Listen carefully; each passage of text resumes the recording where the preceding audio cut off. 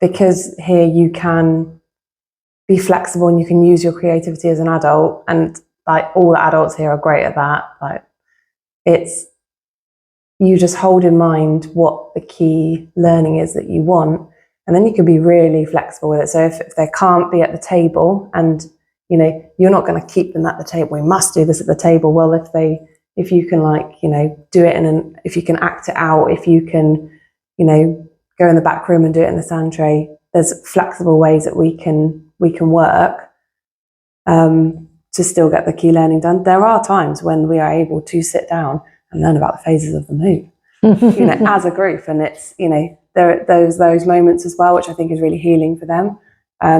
But just the ability to think on your feet and be creative and playful, I think is great. I think my favourite memory is when you did, when we had a child who was very, very new and very fearful of education. Any task was huge, and you did phonics on their feet with an ice cube. I think was one of my favourite memories, because it's just that their learning is happening in a safe, secure and non-threatening way. The child was actually mending their feet were really hot, and we had ice cubes out, and I was like, well, why not? And so it was just something that came, it was just of the moment, really, to be honest with you. And he just thought it was really great fun and wanted it carried on.